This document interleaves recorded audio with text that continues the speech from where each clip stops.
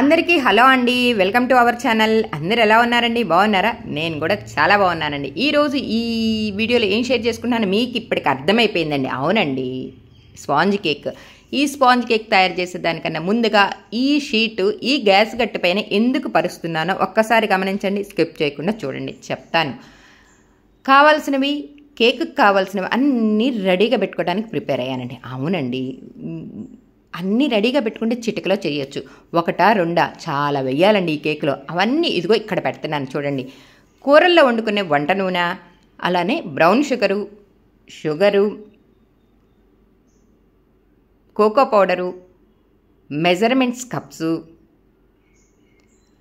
ఈ కప్స్లోనే medium cup ఉందండి, ఆ కప్పుకి తగ్గట్టుగా పెరుగు. ఈ పెరుగు కూల్గా ఉండకూడదండి, గుర్తుపెట్టుకోండి. అలానే వెనిలా ఎసెన్సు, ఎగ్ అండి, అదేనండి కోడిగుడ్డు ఒకటి, బేకింగ్ పౌడరు, కాఫీ అదేనండి బ్రూ పౌడరు ఒక ప్యాకెట్టు, మైదా పిండి. ఒక్కసారి గమనించండి ఏమేం కావాలి అన్నది. పంచదార, బ్రౌన్ షుగరు, అలానే పెరుగు, వంట నూనె, మైదా పిండి, cocoa powder, baking powder, vanilla essence, egg, coffee powder, అలానే మెజర్మెంట్స్ కప్స్, అలానే బేకింగ్ సోడా కూడా అండి. ఈ డబ్బాలు చూసారా, కలర్ మార్పు, పేర్లు మార్పు, కానీ చూడటానికి ఒకలానే అనిపిస్తుంది. అందుకని చూసి గమనించి కనుక వేసుకోవాలండి. ఇప్పుడు తయారు చేసుకోవడానికి రెడీ అయ్యేదానికన్నా ముందుగా కేక్ బేస్ ఉంటుంది కదండి, ఒక గిన్నె తీసుకొని ఆ గిన్నెకి చక్కగా ఇదిగో 4 వైపులా ఆయిల్ అలా స్ప్రెడ్ అయ్యేటట్టు రాసి ఒక పేపరు, ఐసింగ్ పేపరో ఏదో అంటారంటండి, నాకైతే మా అమ్మాయి చెప్పింది కానీ గుర్తులేదు. ఈ పేపర్ వేసేసి పక్కన పెట్టేసుకున్నాను. ఈ లోపుగా ఒక చిన్న గిన్నె తీసేసుకున్నాను. ఈ గిన్నెకి తీసుకుంటూనే ఇందాక పంచదార తీసాను చూసారు కదా, ఆ పంచదారలో బ్రౌన్ షుగరు, మిగతా కప్పు సగం కప్పు పంచదార, మిగతా సగం కప్పు బ్రౌన్ షుగర్ కూడా వేసి, మెజర్మెంట్స్ కప్స్లో పెద్ద కప్ అంటాను చూసారా, ఆ కప్పుకి సగం కప్పు పంచదార, సగం కప్పు బ్రౌన్ కలర్ షుగరు వేసి మిక్సీ పట్టేసేసుకున్నాం.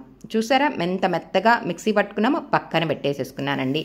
ఇప్పుడు ఇందాక ఏ కప్పుతో అయితే పంచదార తీసుకున్నానో ఆ కప్పుతోనే మైదాపిండి. ఈ మైదాపిండి ఇదిగోండి ఇలా ట్యాపింగ్ చేసుకొని నిండుగా అలా పోసేసుకొని ఆ తర్వాత జల్లించుకోవడానికి రెడీ అయ్యాను. నెక్స్ట్ అదే కప్పుతో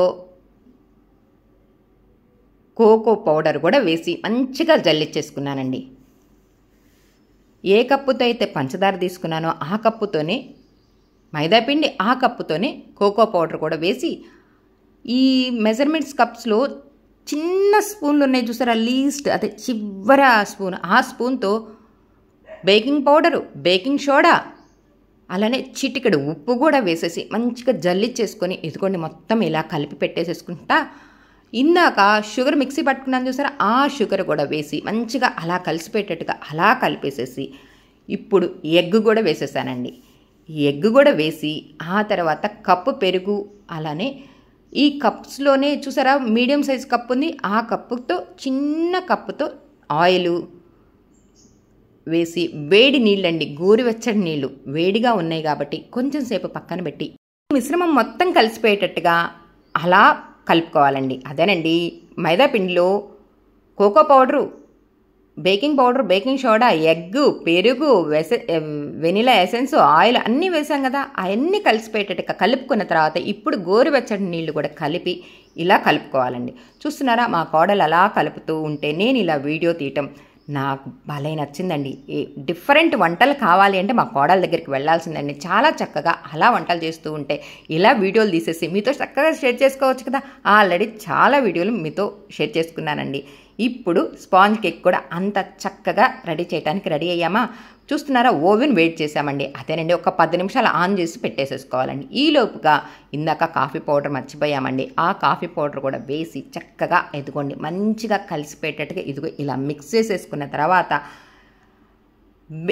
కేక్ చేసుకోవడానికి బేస్ గిన్నె ఒకటి తీసుకున్నాం కదా, ఆ గిన్నెలో ఈ మిశ్రమం అంతా మంచిగా వేసేసి బబుల్స్ ఏమీ లేకుండా చక్కగా అలా వేసేసి ఒక్కసారి ట్యాపింగ్ చేయాలండి.